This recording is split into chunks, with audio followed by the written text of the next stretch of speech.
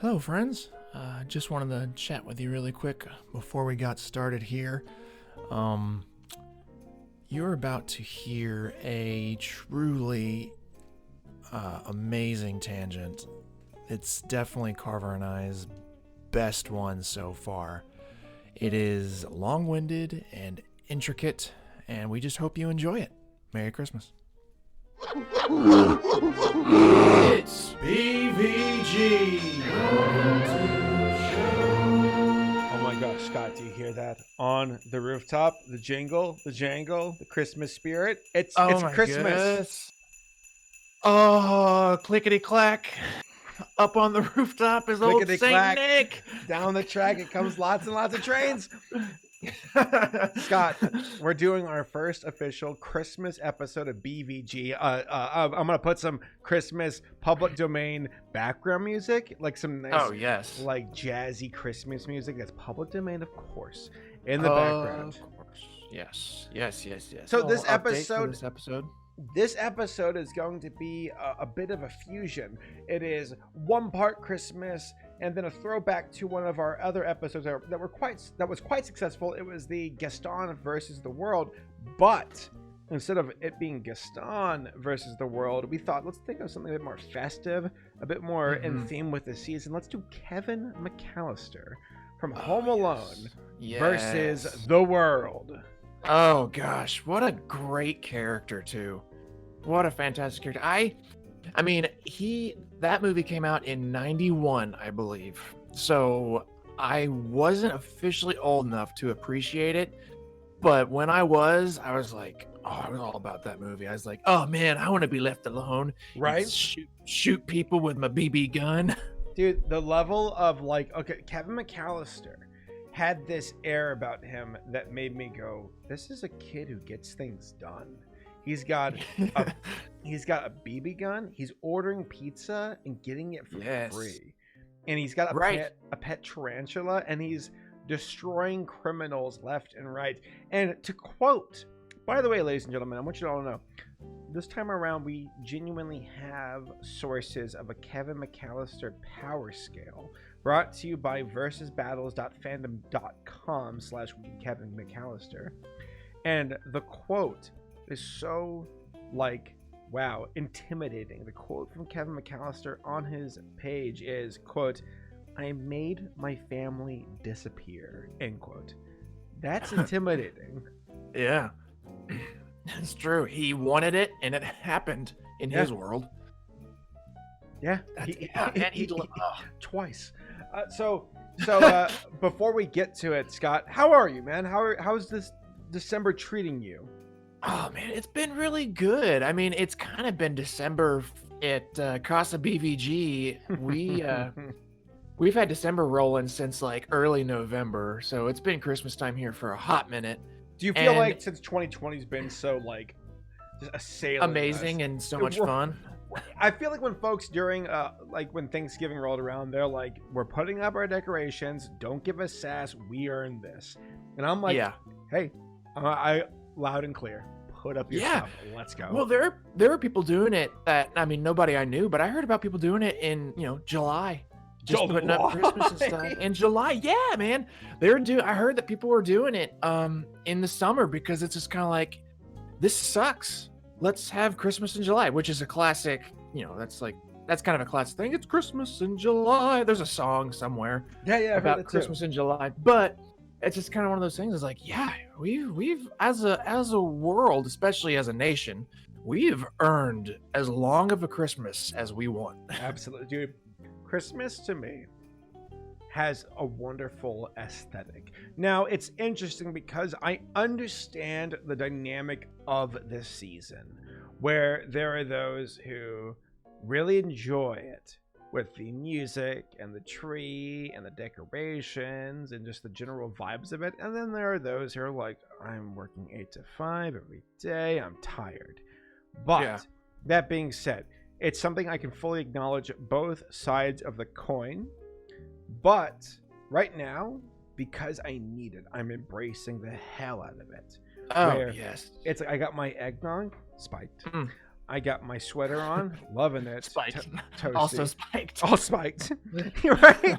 Singing Christmas songs, spiked. Wrote my Christmas letter to Santa, spiked. But he opens it and liquid pours out. He's like, what? So he pours in his pants. He's like, ah!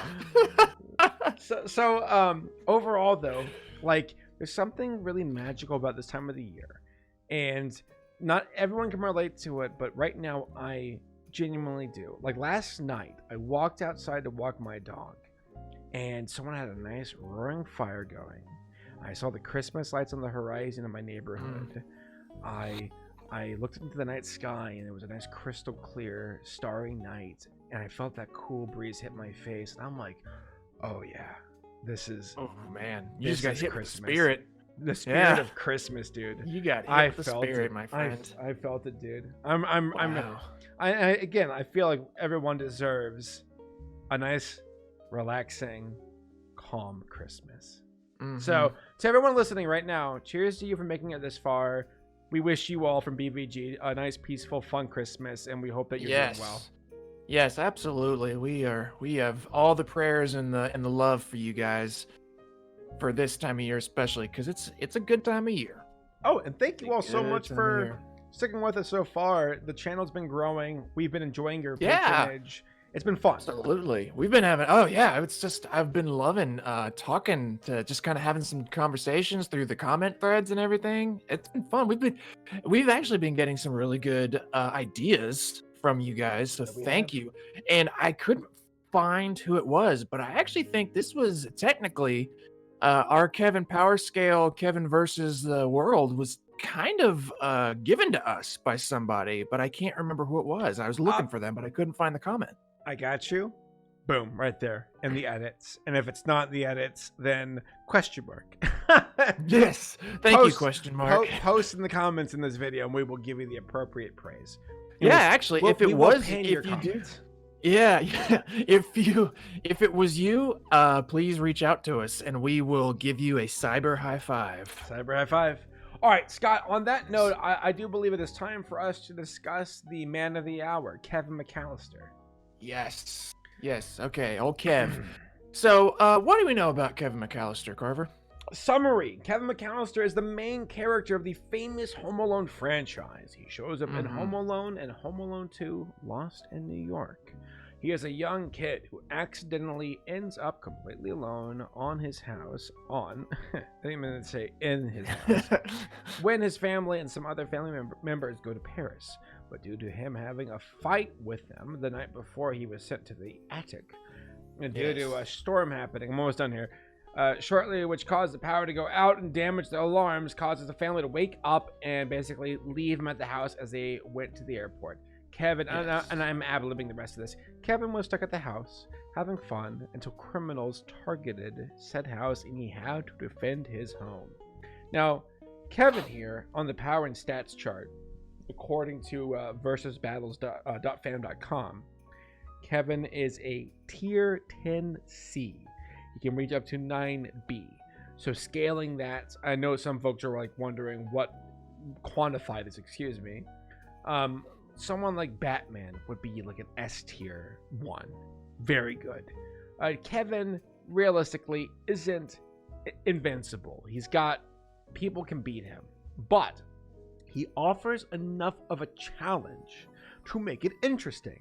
In my opinion, Scott, and please weigh in on this, it's something where in Dragon Ball Z, when you got like Frieza or Goku, and it gets to such ridiculous levels of power where it's no longer really interesting, versus Dragon Ball, where Goku was a kid and he only knew a little bit of karate. Maybe he knew one laser fight attack, but he was still susceptible to losing.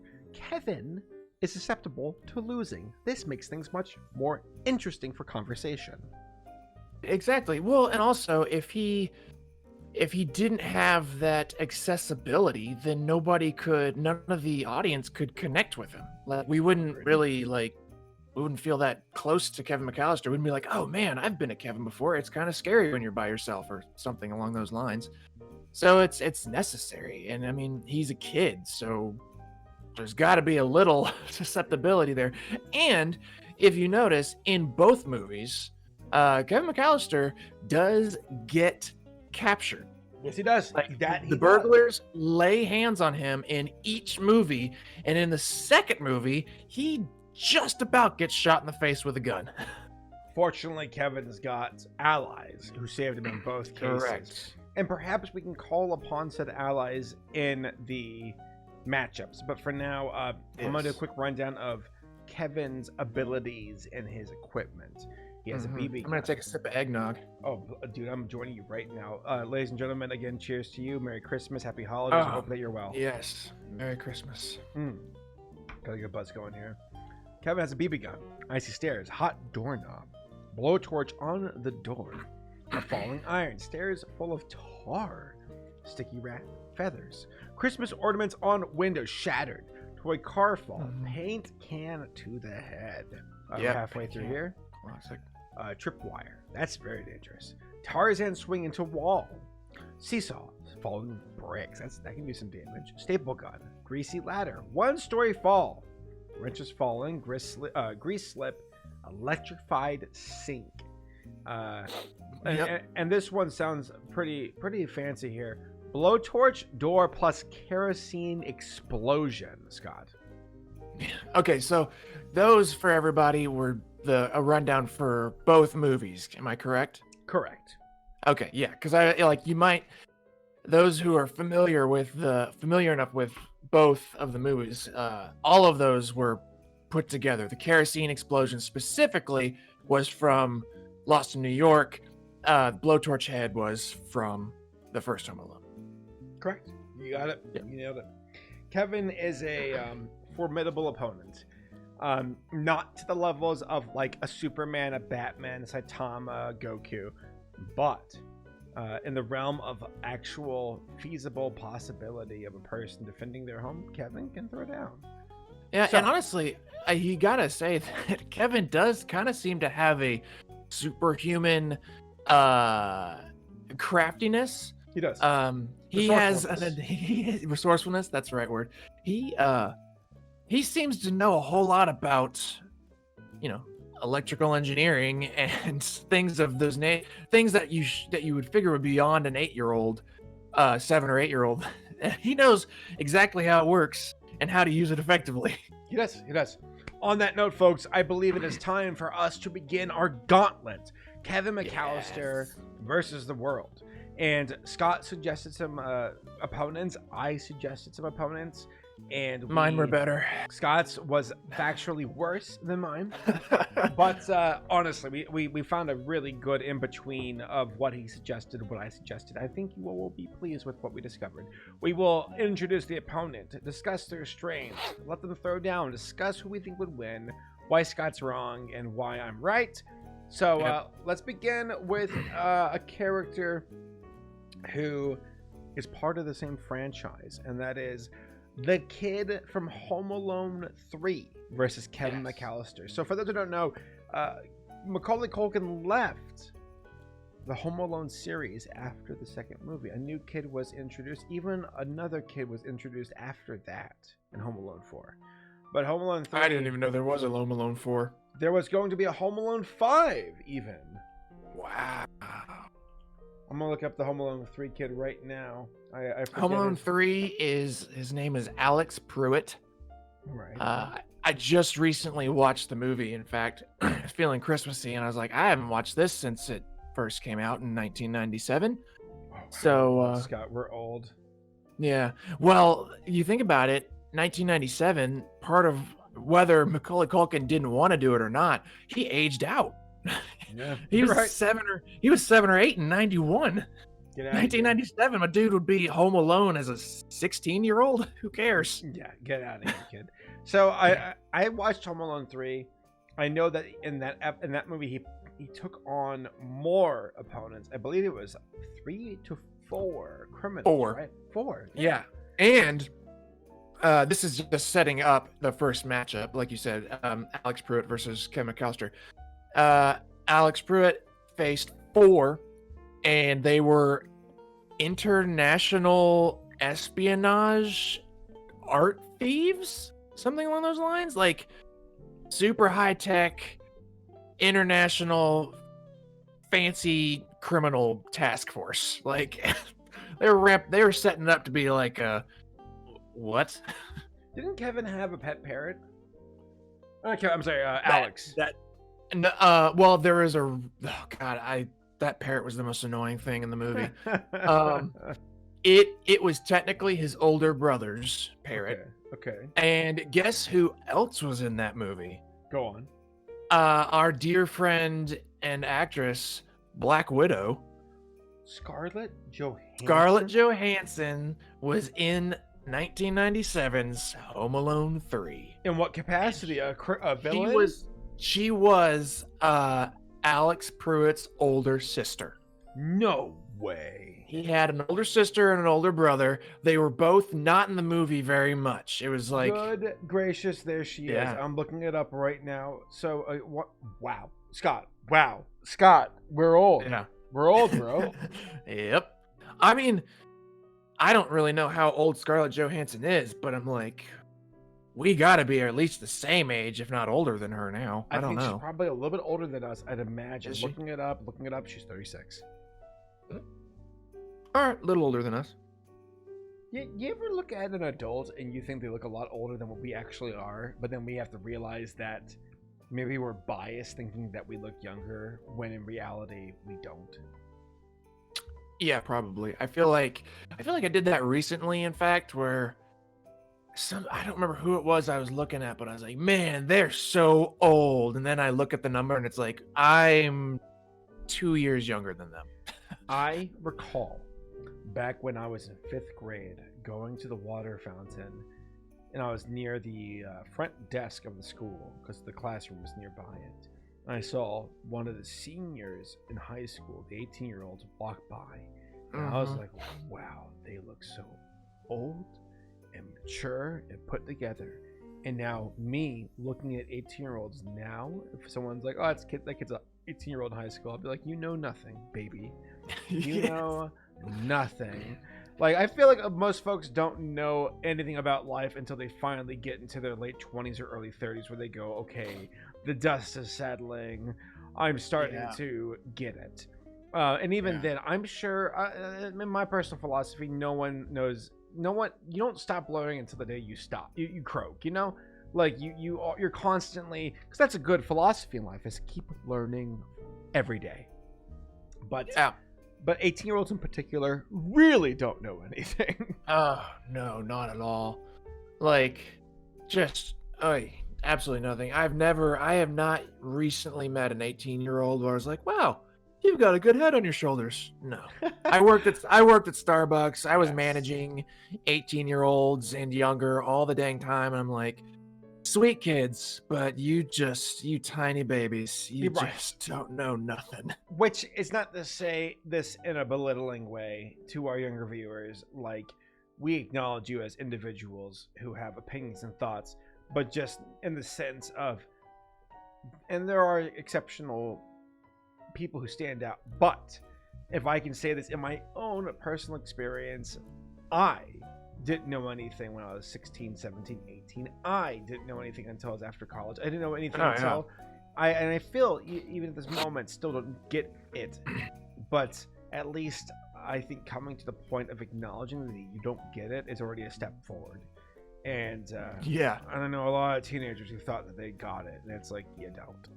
No, you don't. You don't at all. I mean, I think I want to say, scientifically speaking, there was somebody said somewhere that for men, your brain has not fully matured until 25. I've heard that too. I believe that 110%. I believe that from my own personal experience. And also, when we're saying that an 18-year-old doesn't know anything, we're not saying anybody's dumb. We're saying that they have not experienced life. Yes. You haven't experienced enough yet in life, not just like, maybe you're 18 and you've had your heart broken. Sure, that can happen. Maybe that happens. Whatever.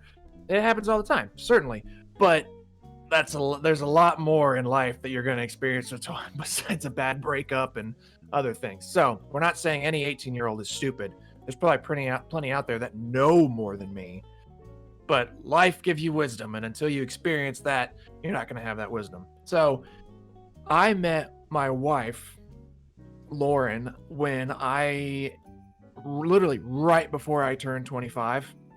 And she, within the first month of us dating, I had done something that I just didn't know what I did. And like her friends said she should break up with me. Really? Yeah, within like the first month, like I think it was, because I was still working a lot on tours and stuff, so I was going out like setting up for musicians and everything. And I think one of the bands I was working with at the time had a cellist on there, and then like we would all hang out on the bus and everything. And I think I did something stupid. What did I do?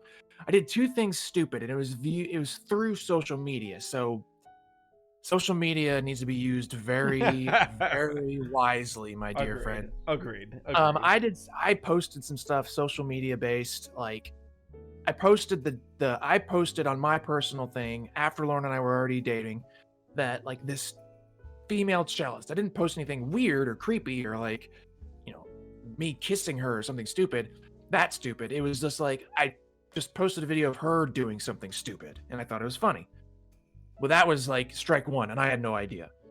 And again, social media is, it causes a lot of issue. And then another one was like my birthday every year just so happens to be National Breast Cancer Awareness Day. Okay. Yeah, it just happens to be on my birthday. So I didn't know about it until that year, and this is such a non-wisdom thing to say. Go on. Yeah, this is such a non-wisdom thing to do. So I found out about it that year. So what did I do? But I posted on social media because that's what you should do. I posted something. I was like Marlon Brando over there. Yeah. I posted something along the lines of, "Hey, it's Breast Cancer Awareness Day. 2 more reasons that today's a great day besides my birthday." My Scott. Yeah. I was thinking that Lauren's friends might have been biased, but I won't lie. I get it. Yeah, I know. I do too. I said some stupid stuff. My point being is that I was literally. I can't believe you said that. Oh yeah, I totally did. That's a great example of you don't get it until you get it. Yeah, literally. I went from 24 to 25 in that month, and literally, it's like somebody flipped on the switch, and suddenly I was so much more emotionally aware of what I've done and how Lauren took it that I was like, oh my God, what did I do? Because she approached me about it because she's like, what the heck is this? What are you doing? She approached me about it originally when I was 24. I was like, what? It's nothing. And then later that month, I was like, hey babe, I get it now. I get it. And she put her hand on your shoulder and she nodded saying thank you. Yeah, it's like I turned 25 and it's just kind of like, I get it. Well, dude, I'm an idiot. I was looking back today, just kind of reminiscing on high school me, because today's my dog's birthday and he's 16, and I was like, wow, 16 years ago, where was I? And I'm like, wow, I was a person who I knew, but it's almost like growing something where there are things you recognize, but it's not quite there yet. And right. And it's like, wow, high school me, college me, post-college me. I look at my current self as my early 30-year-old me. That's the model I see. Mm-hmm. And I like me a lot. Gosh, I love my 30s. It's great. So, like, at least on a mental level, I feel like there's a lot more you kind of let go of the things that are you thought were important, which you discover are very shallow reasons, and you start to dig down into, I have work, I have family, I have relationships with my SO. I don't have time to suffer this nonsense. I have things to do, and also I'm tired. Like the last thing, Scott, you would want to deal with getting home is what the cool kids are thinking. You're like, shut up. Give me my daughter. I gotta raise a kid. Give me a beer. I got a wife to kiss. Thank you. Like, you got things to do. Yeah. And besides, there's nothing more uncool than trying to be cool. Let that be a lesson. Dude, that is beyond true. That is, trying to be cool is one of the uncool things you could ever do. Yep. Now, you and I learned that lesson. We didn't learn that lesson like in high school at all. We were always trying to be cool until post high school, and then we started to calm down. Because I remember like going over to hanging out with you and Tyler and playing video games, and there wasn't this awkwardness anymore in the atmosphere of class, where it's more of all of us kind of scattered to the winds college-wise, but still rejoining to play Gauntlet Legends, playing Left 4 Dead, watching movies at your dad and mom's place. And it felt a lot more like less formal, more legit, more genuine. Because then you're committing to things that, because you're not going to school, you're not being told to go to school, you're doing things outside. By the way, folks, I'm sorry, we're obviously tangenting pretty hard. Oh, it's such a great tangent though. But like, now I'm coming to see you and hang out with you, not being told to do school, because school we're all forced to. But post school, hey, guess what, Scott? I don't have to come to your house, but I want to. Yeah, I actually want to see you. Yeah, let's hang out. Oh man. And you know what you said, where were we 16 years ago? We were already friends 16 years ago. Yeah, dude. Because we were 16 years ago. Jeez, dude, time flies. It feels like it's a weird combination of like, was it yesterday? And then you really do think about all the different time eras. Because I'm not sure if you feel you can relate to this, but like, do you ever see the past 16 years of your life and kind of in a way segment those 16 years into different eras? Where you're like, that was the era of college. That was the era when I dated Lauren. That was the era where I got married and lived with her. And like, you kind of see it in different eras of like this year to this year and so on and so forth. Oh yeah, definitely. Yeah. I mean, you can do like, I definitely do that because I mean, I think that literally just comes with getting older. Mm-hmm. I think you have to kind of, your brain is going to compartmentalize certain sections of your life, probably because it's easier to remember, like because you kind of click in with the highlights. But yeah, I definitely do that. But also my time in those sections was always like highlighted by pretty big moments. So like there's of course, you have your high school section, blah. And then the college section, I moved to Nashville. So like that whole time frame is like my Nashville. I moved to Nashville. I'm chasing down doing music and getting involved in that and writing music and stuff like that. And that's not just college, but it still is like, it's my college to about a 7-year span. And in that time, and then you go to, it's almost the exact same year that I met Lauren, that I left Nashville. So there's another big change. So it's like, everything's very like, you segment it all out. And to kind of, I think it's just so you probably can remember process it better. Remember it, process it. And I think humans like to put things into metaphorical boxes to better understand it and view it, instead of it being in a nebulous way of like, you don't really see where it begins and ends. Because we're creatures of finite times, so like to see when something began and ends is easier for us to understand than just being like, there it is. So, because I remember like you're talking about one last thing, and then we'll get to the actual person. Yeah, we obviously we gotta get in there to highlight the genuine nature of our podcast. Scott and I are really, we're brothers here, and we definitely catch up during the podcast and have genuine conversation and enjoy each other's company. So we do, like, at the sake of our viewers' own patience, we catch up. So I apologize, but I recall the night when I tagged along with Scott, Lauren, and our group of friends, and when Scott and Lauren really clicked for the first time, and I was I think Scott likes this girl. And years later, he's married and got a kid. So, yep. There you go. All right. Home Alone 3 kid. All right, bring it back in. Okay, Alex Pruitt versus Kevin Mcallister, round 1. So I gotta be real with you, Scott. I don't know much about the power scales of this Alex kid. What do you think? Because you watched the movie. Do you think Alex stands a chance, or does he clean it up? Well, I think Alex's biggest strength is that he technically took on more difficult baddies and came out victorious. Twice as many, yeah. Yeah, he literally came out twice as many. These guys were, I think, not even arguably, they were more intelligent of bad guys than the first two, the sticky bandits or the wet bandits. These guys, you know, they were, like I said, they were like international thieves, like espionage, like stealing from companies for other companies. Like it was like the movie set it up to be like, oh wow, this is going to be a dramatic change. However, watching the movie, Alex Pruitt literally just took Kevin Mcallister's playbook.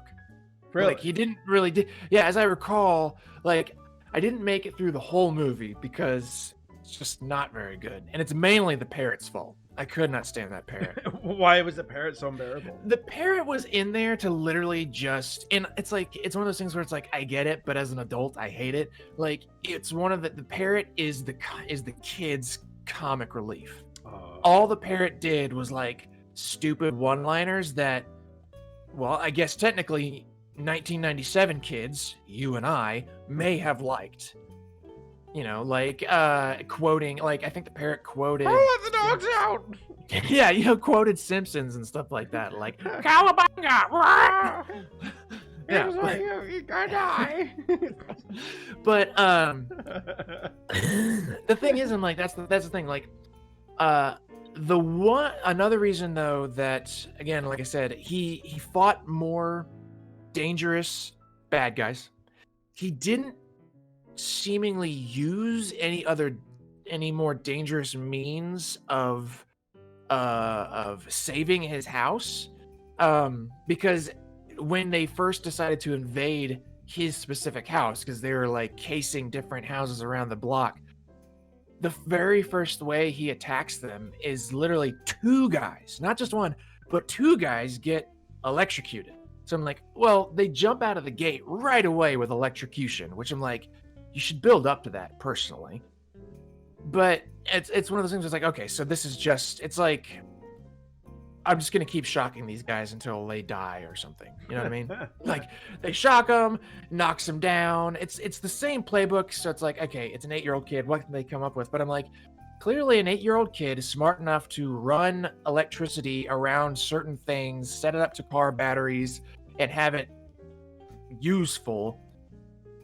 But like I said, like the increase in danger, what you would think would be the increase in danger of the bad guys, did not really bring about an increase in creativity in his way of defending the house. So it was all very like basic, like, oh, he put a camcorder on a remote control car so he could film them and then turn it into the police. It's like, okay, I mean, sure, but I ultimately, when it comes down to it, I know I'm still talking and I'm sorry, but no, it's good.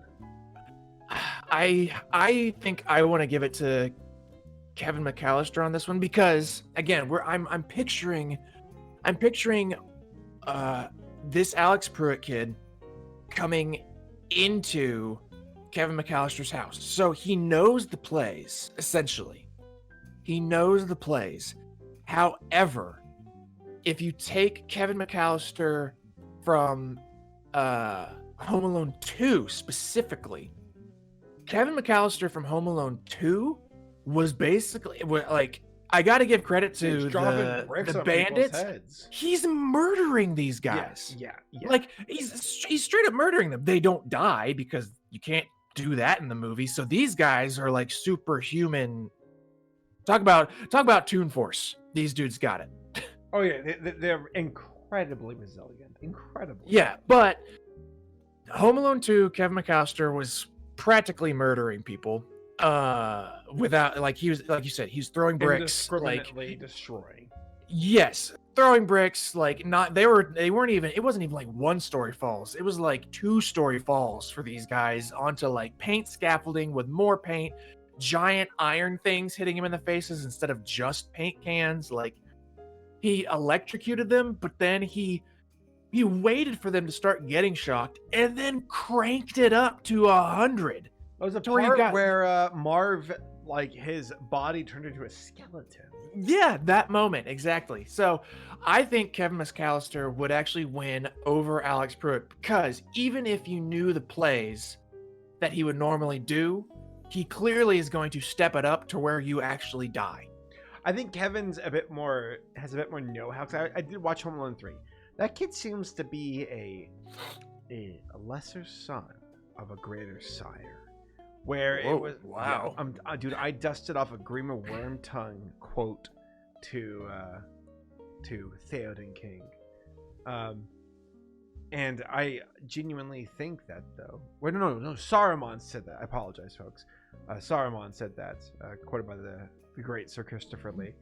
But I genuinely think that. I think Home Alone 3 is a pale imitator to Kevin Mcallister's greatness and his genuine know-how of how to slay and defeat opponents. Now, I know that he was captured at the end because we knew that entire, like, oh, there's an adult from the click with at the end. Because if Kevin just cleans house, it seems a bit more, like, not as cute versus having a cute kid being saved by an adult who, like, bonds with them on a narrative level.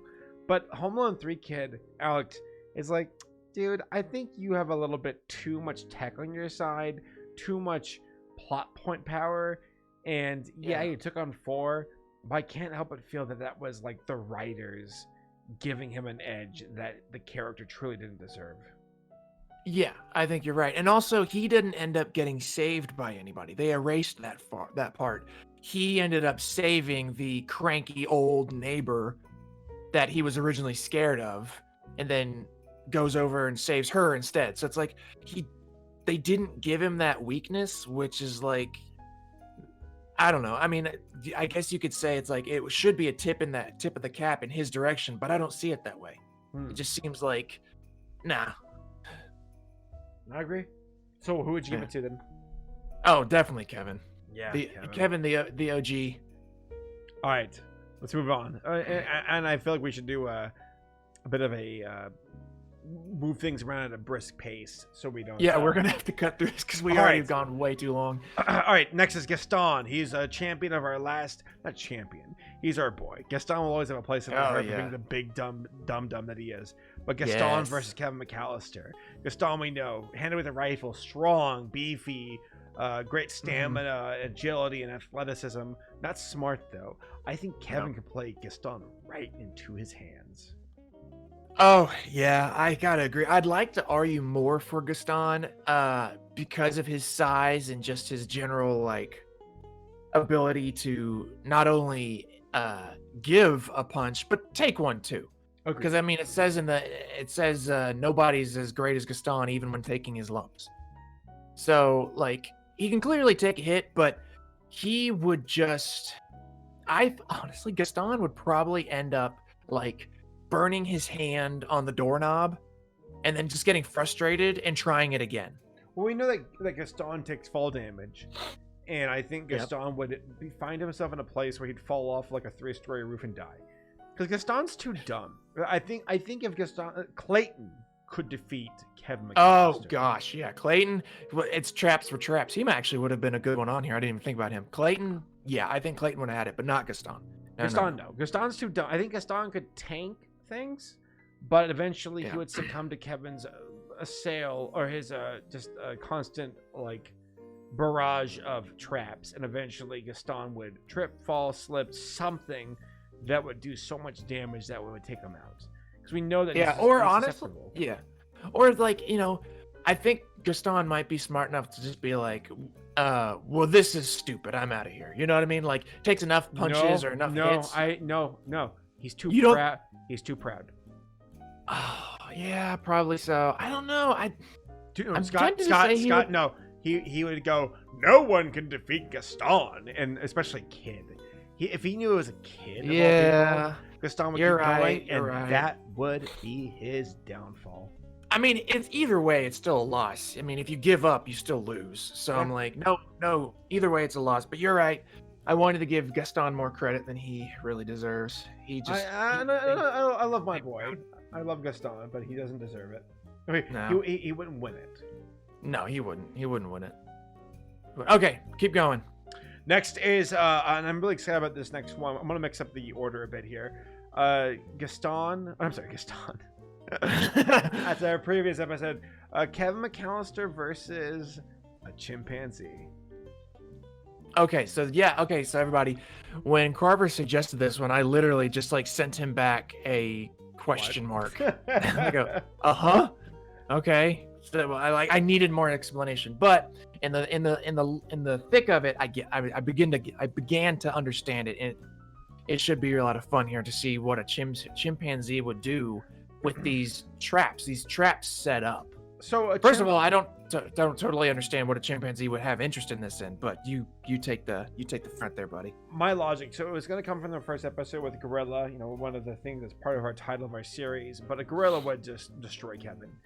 Too strong to take it and agile enough to break through it. I think like Gaston would lose to a gorilla, for example, if he did not have his gun. Right. But also, I feel like to harken back to the previous matchup, even if Gaston had a gun, he'd still take enough damage on the way to lose. Versus a gorilla who could tank the damage enough to step on ornaments, to get blowtorched, and still be like, "Where's that kid? I'm gonna rip his arms off." Right, and he would succeed in doing so. Yes, he would. Kevin would lose. A chimp is not nearly as strong. It's a bit more agile and possibly a bit more intelligent. Now, part of this is a chimpanzee from the zoo just dropped off, a male chimpanzee. And then the other one is a male chimpanzee from the zoo dropped off, but it is bloodlusted. It has no regard for its own self-preservation. It will do whatever it can to get to Kevin. And that means if it takes damage in the sense of running over ornaments, it will bleed out of its feet and take damage, but it won't be slowed down by it because it's currently bloodlusted. It just wants to get to Kevin and kill him. So, right. Round one of this, chimp, not bloodlusted. Who do you think would win? I would give it to Kevin. Why? And I think because I don't think, and this goes into part of it to like why I just kind of had a question mark on my face when you suggested it. But I was like, okay, why would a chimpanzee even be interested? So I'm not even saying that a chimpanzee would succumb to all of the traps and everything. But I think even if he sidesteps stuff, I think a chimpanzee would just be like, what? I just don't think a chimpanzee would care. I mean, I guess put something in there and to make it make sense, but I think ultimately a regular chimpanzee that does not have the bloodlust drive that you're talking about for the next one, it's gonna go in there and it's probably gonna mess up the house, but I don't think it's gonna get Kevin, because ultimately it's like, if Kevin could hold it back, you think? Do you think Kevin could scare it off? I think Kevin could scare it off. I think like I said, he's got a lot of traps. He's got a lot of traps in there. I think once the chimpanzee got in that, I think that it would become, what am I trying to say here? I think would end up probably being able to avoid more of the little, like, especially the paint cans on the stairs. Like a chimp wouldn't even be tall enough to be hit by him. From like, the chimp would like crawl up a different side of the stairs or just go up the wall or whatever, whatever a chimp could do. You're probably not getting hit by some of that stuff, but getting in the house, the chimp would have to touch a hot doorknob. Like chimps can work a doorknob. So like it would have to touch that hot doorknob. Would a chimp continue to press on after burning its hand like that? No, you're right. So. No, you're right. If it was a non-bloodlusted chimp that did not know, I think a chimp would be confused in the house. And I think Kevin's traps would frustrate it, possibly do enough damage and confusion for the chimp to go, I just want to leave. Now, a bloodlusted chimp going nuts. I mean, just ballistic. If Kevin could defend himself, like in a room, shove a door against the hand, which Kevin is proven he's smart enough to know how to defend himself, I think even a bloodlusted chimp can't break through. No, if it's a gorilla, bam, done, door's done. But if it's a chimp, I know chimp's strong, but they're not as strong as people make them out to be, chimps can't just break down a door. Now they've got biting power and ballistic power, but not people overly estimate a chimp's strength. They can't just punch a door. Their muscles don't work that way. So I think a chimp, if it ran against a door that's been barricaded, no less, and heated up, the chimp would be and then like probably bang on the door and then eventually give up. And even if it can break through, Kevin might have like a knife or some level of shenanigan defenses to give it another whack. And also, Kevin's pretty good with his escape plans. He's got contingency plans. He does have some contingencies. This is a fun topic, by the way. This is a blast. With the bloodlust thing, I agree that a chimp's not going to be strong enough to like break down a door. Do you think a bloodlusted chimp could find a way past just a locked door? Because we don't really. If it's locked, he has to break it down. But he can't break it. Okay. He's not smart enough to figure it out. I won't mean a door that's locked. I mean, even other humans have trouble with that. Beings can't. Yeah, like we can't get through a locked door unless we have a key. Yeah, we need a key. We need to go in another direction, or brute strength of like kicking the door down. Right. If I don't know, so hard. I want to give. I'm trying to lean, for argument's sake, I'm trying to lean more towards. I want to come up with reasons why I think the bloodlust chimp could at least come really close. And I'm thinking like, if like you said, if the bloodlusted chimp is like, if for whatever reason it's Kevin is the ultimate goal to bite, rip apart, kill. I'm thinking of the option of the ways that the bandits would have gotten into the house. So the doors were essentially unlocked, but they were booby trapped. The hot handle, chimp probably wouldn't go back for that. The back door that not Marv, but I can't remember the other guy's name. I forget. Belushi, whatever. Or no, it's Pesci. Just call him Pesci. Pesci, yeah. The door that Pesci uses with the blowtorch. Granted, it's rigged high with the blowtorch. So I'm like, with the door being like essentially just unlocked, he was able to get in. I think that a chimp may not be tall enough to get hit by the blowtorch. Or even if that's not the case, there was a window that you used.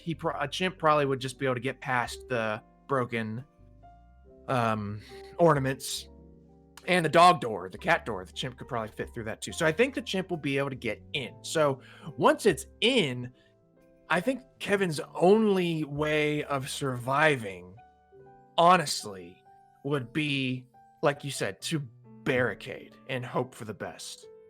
Because I'm like, a chimp's gonna stand there and wail on a door for a while, but it's not gonna get in through a locked door, let alone a barricaded one. And I think a bloodlust chimp won't have the wherewithal to think about going around a different route. You know, I'm like, it's like when a dog's got a scent that it needs, it just shoots straight for it. It doesn't figure out how to get it if it's unreachable. It just stands there and barks at it. You know what I mean? Yeah. So I feel like it would be along this. I think the chimp would definitely get in. I think a bloodlust chimp wouldn't actually get super affected by some of the other indoor traps that were set. I think it would be agile enough to, like, maybe it'd take a couple hits, but none of them were specifically dangerous enough, I would say, to a chimp. So I think it would get really close. And if Kevin did not lock a door behind him, then I really think the chimp could get him, especially if he ended up leaving the house like he did over the zip line to his fort. I think that would have been Kevin's end for a bloodlust chimp. I think I don't know if Kevin has the power to kill a chimp. It would have to come down to the chimp being unable to break in, or it just gives up. Yeah. So I think Kevin Mcallister would lose to a chimp if it got to him. Yeah. I think getting to him would be difficult. So if Kevin didn't leave the house and just locked the door, he'd be fine. Yeah. Totally fine. But if the movie played out where he tried to escape the window and go into his tree fort, and the chimp saw or realized that would be Kevin's downfall. Yeah. Because the chimp could go across the wire, the chimp could just get back outside, and Kevin's stuck in a tree. Chimps can't swim. Yeah, chimps can't swim. Chimps can't climb trees. No. Yeah. Scott, they can't swim. Oh, so? Apes can't swim. Kevin used it to his advantage. Sit in the pool and the chimp would jump in and drown. I don't think they showed a pool. You're right. Never mind. All right. Speaking of people who are quite ape-like, I like this suggestion. By the way, I give it to Kevin to incapacitate the chimp. Killing it, no. But I don't think the chimp could. It's a bit of a stalemate. I don't think the chimp could break through if Kevin had time to prep up and defend a room and really barricade it. Yeah, I mean, I agree that if the broom is barricaded, like I said, it's like I think you could defeat this at chimp with literally a locked door. Yeah. Right. So I'm like, I would still have to give it to Kevin, but again, for a bloodlust chimp specifically, if he's aiming for Kevin, and the movie played out the way it does, where Kevin leaves the house, it's done. I think then the chimp would win. How about this? I love this suggestion you made. Smeagle Gollum from Lord of the Rings versus Kevin Mcallister. So yeah. we got a decrepit hobbit who has been poisoned by the evil of Sauron for centuries. Let's make it interesting. Let's say that Smeagle and Gollum think that Kevin has the ring, and Kevin is in his house. That's the battleground for all of these verses, by the way, is Kevin's house. Kevin's in his house. Had a day long of prep time, and now he has to defend against Smeagle getting this. Kevin loses if Smeagle and Gollum get his hands on Kevin, which, let's be real here, it's proven that if an opponent can get their hands on Kevin, it's usually GG. So can Kevin defend himself in his house from Gollum and Smeagle, who has no extraordinary strength, but is pretty crafty, and at least has the ability to contemplate a situation and be crafty. I think that's worth Gollum getting props for. Yeah, and they also describe Gollum in the book as being, I don't know if the word was surprising, but being strong. Like he's got that, like, those bursts of energy. Also, Gollum, for what it's worth, now that you brought up the books, when Aragorn and Gandalf tracked down Gollum in Fellowship, they said that they found him in a village where he was breaking into people's homes and killing their babies and eating them, I believe. Or at least breaking into their homes. They found him breaking into homes, doing stuff.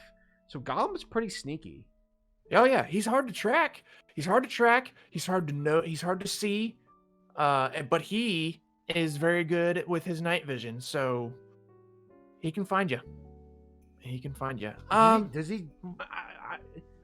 I guess I wouldn't say night vision exactly, but he has good vision in the dark because his body adapted to the darkness. So in a lack, night vision. It's essentially. You're right. Close. In a dark room, he can still see Kevin. Oh, totally. It could be pitch black, and he'd still be able to see Kevin. Yeah, you're right. That's fair.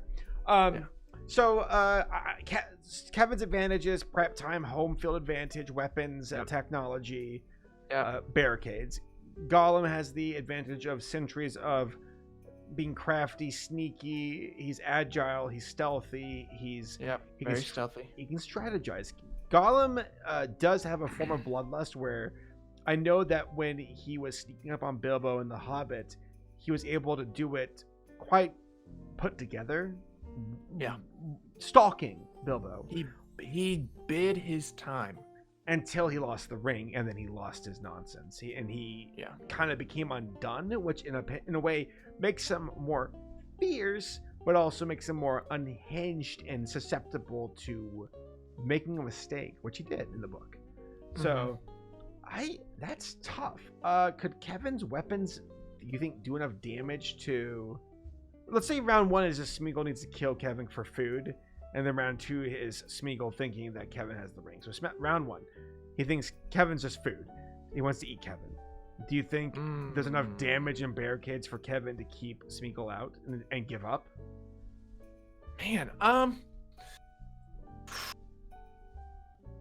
that's hard. That's a hard call because I'm like I kind of want to lean on Kevin in this one because like it's getting into a barricaded place is no picnic. So I'm like, it's golly, I think Kevin would probably take it if it was just him for like just trying to get him for food, because what am I trying? I can't.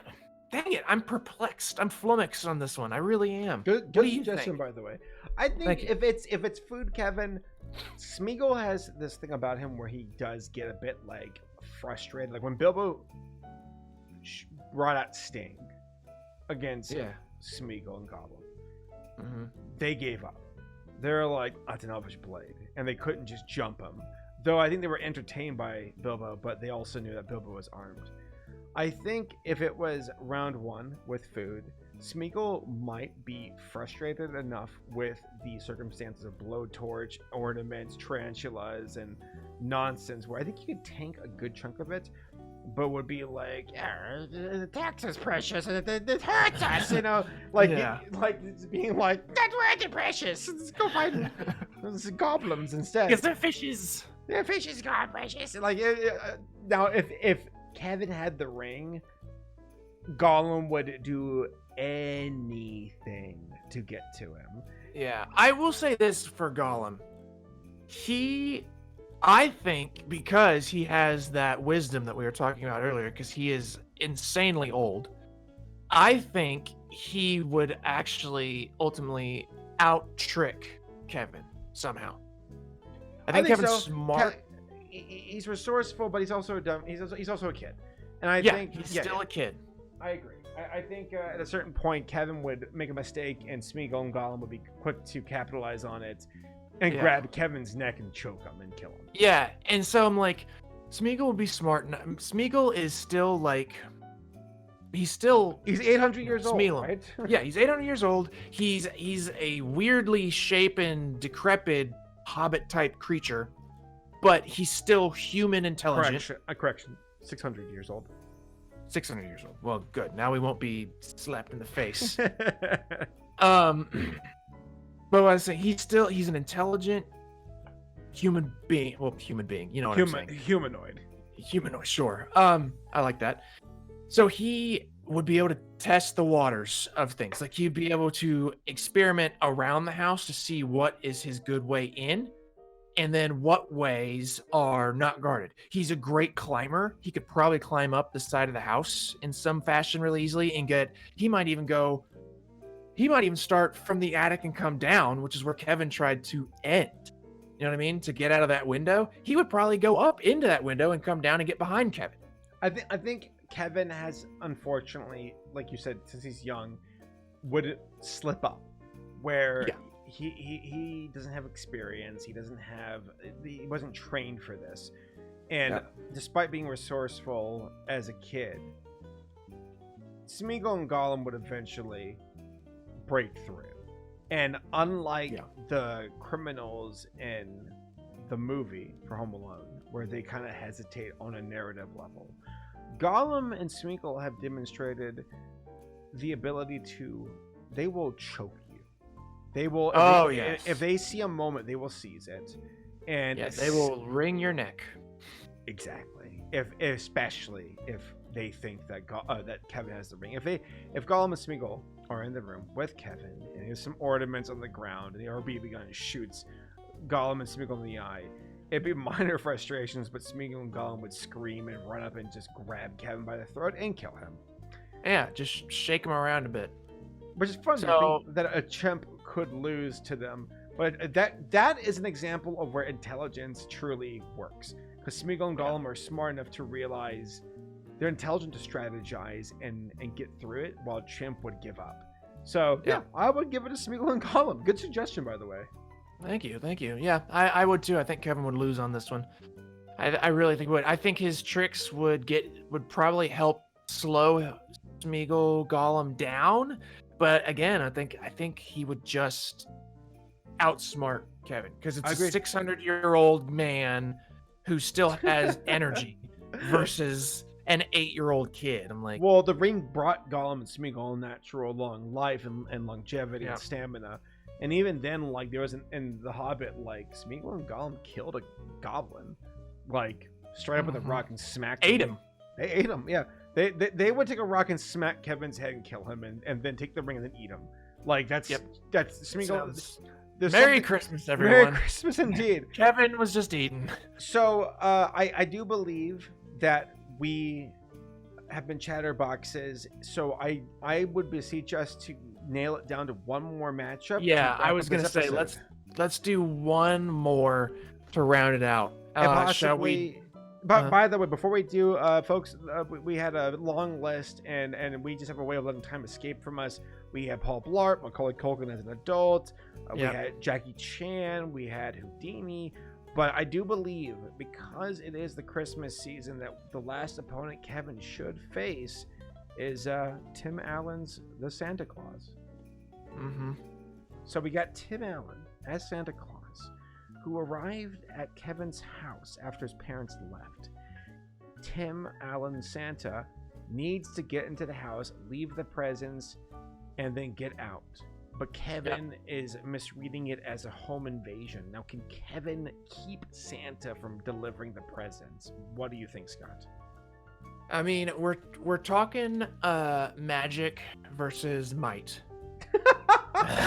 Wonderful, agreed.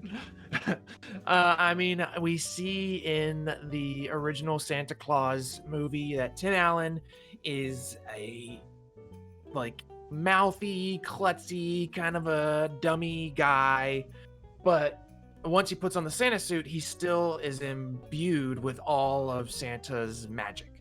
So he fits down chimneys that he shouldn't be able to fit in. He can literally fly in and out with his magic, toy sack.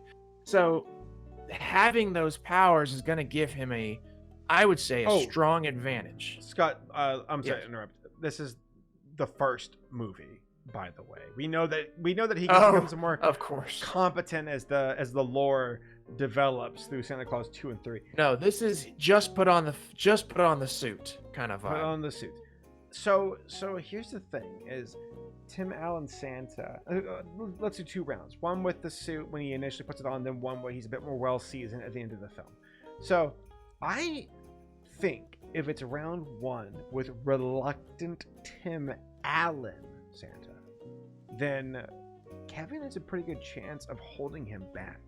Because Tim Allen doesn't even want to be there to begin with, initially. Mm-hmm. Where he's like, I want to go home. I don't want to be Santa. I know I have magic. I know I've got Bernard the elf. Damn, I dusted off. Yeah, you did. For that one. Well done. We can do a round 3 also where there's the space elves that join up with Santa, the jetpack elf squadron. Oh gosh. Shows up. Which, let's be real, elves with attitude. Yeah, elves. Wow, Scott. Wow, you just blew my mind from the 1990s with that one. Let's just be real. If those elves showed up, Kevin's done. They have better technology. They're well seasoned.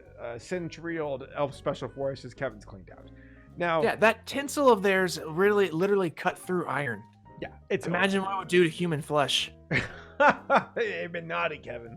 So round 1, Tim Allen, I think, would lose just from him being reluctant and his heart's not into it. Now, if it was round 2, Tim Allen Santa, where he's a bit more won over with the Christmas spirit, where he's like, no, I gotta do this because it's the right thing to do. You're talking about the end of the first movie? Yeah, he knows his magic. Santa. He knows his magic. He knows himself. He's a bit more. He's on board now with it. Do you think? Let's say he's like, I gotta get these toys into Kevin's house and then leave. Do you think he has enough drive to see it through versus Kevin, who's like trying to repel him? I love this matchup. I love it. So what do you think would happen? I mean, so. I want to hark back to the first option for where it's Scott Calvin, not Santa Claus, that's going down the chimney. In this case, I think you're kind of right. I think Kevin could kind of take him because I think the main thing you're saying is he wouldn't have the drive. Like he would get down there, he would stumble and bumble, probably make a few. He doesn't want to be there, Scott. He wants to go home. He would probably make a couple of goofball quips, but Kevin McCallister would shoot him once in the butt with a BB gun, and he'd be like, "I'm out of here." Yeah. Where's Tom Hanks? Where's Woody? Yeah. So okay, round 2 though. That's what I want to know. Okay, so end of the movie, Santa Claus, he knows he's doing it. He believes in himself. He's feeling confident, fat, and furry. I think in this case, he would definitely take it. I think so. Because, well, I mean, it comes down again to kind of like, well, it's magic versus Kevin McCallister. Like Kevin McCallister is not magic. So literally, all Santa Claus would have to do, Santa Calvin, would just fly up, down the chimney, presents out, back up the chimney. We don't even see Kevin McCallister. There's no evidence of Kevin McCallister booby trapping the chimney specifically. Because all I have in reference is Kevin McCallister doing things that he did in the movie, right? For the most part. I mean, like, I think he could prep for the chimney attack, but Santa didn't even have, if he didn't want to, he wouldn't even have to touch the ground. He could hover out the presents. He could probably put the presents down the chimney on their own and have them magically set into place under the tree, and not even have to enter the house. So it's, yeah, magic's pretty tough to quantify. So yeah, I think you're right. I think there's enough magic force of Tim Allen Santa Claus with his heart in it to get down there, get the presents, and then leave. And get out of there. Yeah. And even if the BB gun stuff happened, I do wonder about this. This is something we even consider. What if Tim Allen Santa's like Kevin and says Kevin's name? Kevin might just stop right there and reasons with them, be like, "Hey, Kevin, I brought back something that you really need." Opens the door, his family walks in, and then Kevin loses and wins at the same time. Yeah. That's it. Done. That's it. That's Mic it. drop. Mic drop. Bam. Mic Done. drop. Santa's gonna beat an 8-year-old kid With love. That's a bad phrase. He's gonna beat him with a baseball bat. I'm gonna beat him with that sack of coal. Loses both kneecaps. All right, Scott. Personally, I think Kevin McCallister would have been on the naughty list. Oh yeah, Kevin had a redemption arc, and by the end of the first film, he finally got it. But to be fair, I think Kevin isn't a bad kid. He comes from a family that does not know how to communicate with him. But still, he was misbehaving, but I wouldn't call him bad. He was acting out. Right. He was acting out, but I think the movie shows... They ate his cheese pizza, Scott. They ate his cheese pizza. I know. I'm not saying that the rest of the family weren't D-bags, but what I am saying is that the way he acts out would be the way... I mean, it's the way of a kid who doesn't get enough attention, which in a huge family, I get it. He's like the youngest of a massive family, so he's not going to get enough attention. He's going to act out. But I think that personally puts him in the realm, like, a man is known by his actions. True. So I'm like, if Kevin McCallister as an 8-year-old is going to act out and give his parents reason, I think they probably punish him all the time, because the way his parents act and how quick they are to like throw him into the attic, as bad as that sounds, I think it's like, okay, this to me is a pattern. So Kevin probably acts like this all the time, and this movie is the redeeming, is like you said, is the redemption arc. So prior to this movie, I think Kevin probably just acts this way all the time, and then suddenly he's like, oh, I actually do love my family. They aren't just a bunch of jerks. Yep. Well said. Well said, dude. All right. Cool. Scott, I think it is. This was a very good Christmas episode. It was, man. We learned some things. We learned some things. We learned some things about age. I think it goes to show that Kevin is a formidable opponent for his age, but he's not like... He doesn't have all the answers. He's not I think he's overrated. A lot of folks are like, oh, Kevin's unstoppable. I'm like, no, he's not. I think most competent foes can break through and defeat him if they can have half a brain. But it goes to show that Kevin and his cohorts and his legacy, they are dealing with idiot criminals who, like, oh, I burnt my head, I stabbed my toe, versus like Smeagle, who's like precious and chokes him out. So yeah, right. There we go. Yeah, and I gotta say, I'm just gonna throw it in there. I don't think it's a debate. Jackie Chan Adventures, Jackie Chan, the cartoon, he would absolutely win. Without even purposely trying to do so. He wouldn't even know why he was there. He would just dodge and flip around everything. he would escape every trap. Like, there's no chance. Yeah, Jackie Chan Adventures, Jackie would totally win. Yeah, easy. Yeah, I know we didn't want to end with that one, but I had to say it because it's Jackie Chan.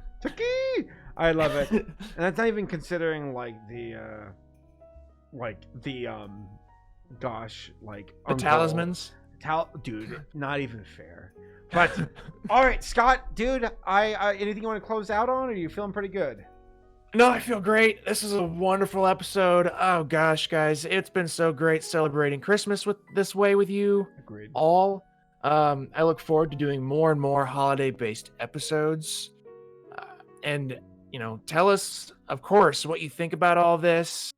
We apologize if it feels like we didn't get far enough into what we were planning. But as Carver said, this is, part of you guys listening is also you guys listening to us go on tangents and just talk to each other about what we haven't caught up on recently. So hopefully that's part of why you like us.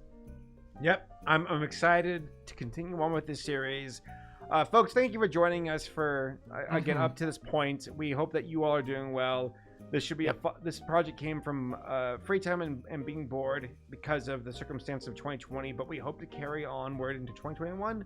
We hope to earn your viewership and continue to keep you all entertained, and please weigh in on the discussions and the comments. We are always here for fun feedback and best of all, spicy criticism. That's always the best.